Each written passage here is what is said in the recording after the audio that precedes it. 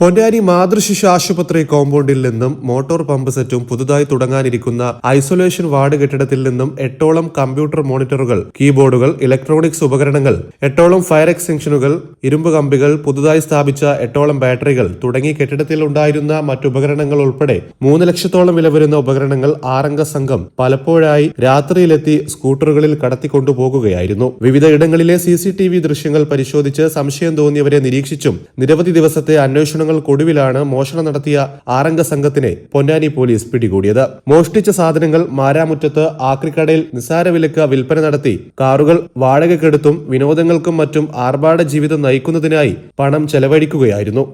26 വയസ്സുകാരനായ ഷഫീഖ, 24 വയസ്സുകാരനായ ഷഹദ്, 22 വയസ്സുകാരനായ നാസിൽ, 21 വയസ്സുകാരനായ ഷിഫാറത്ത്, 20 വയസ്സുകാരനായ ഫഹദ്, 23 വയസ്സുകാരനായ അസ്ലം എന്നിങ്ങനെ 6 പ്രതികളെയാണ് പൊന്നാനി ഇൻസ്പെക്ടർ സതീഷ് കുമാറിന്റെ നേതൃത്വത്തിൽ SI Anto Francis, junior SI Anandalakshmi, ASI Elizabeth, ASI Naushad, senior civil police ഓഫീസർമാരായ നാസർ, പ്രശാന്ത് കുമാർ, ശ്രീരാജ് എന്നിവരടങ്ങിയ അന്വേഷണ സംഘം അറസ്റ്റ് ചെയ്തത്.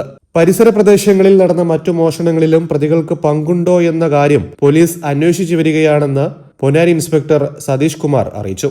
CCTV ഫുട്ടേജിന്റെയും പരിസരവാസികളുടെ കമ്പ്യൂട്ടർ ബോക്സിന്റെ അടിസ്ഥാനത്തിൽ പ്രതികളെ കണ്ടെത്തിയിട്ടുള്ളതാണ്.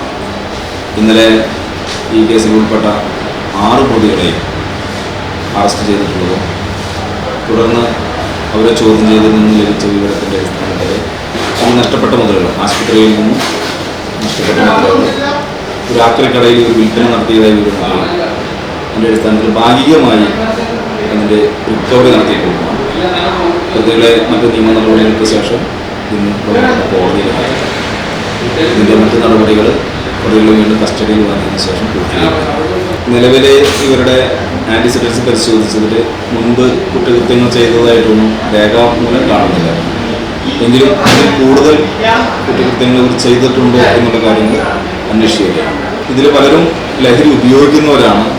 ഒരു വിൽപ്പനയോ സംഭരണമോ ഉണ്ടോ എന്നുള്ള കാര്യം പരിശോധിക്കാനുണ്ട്.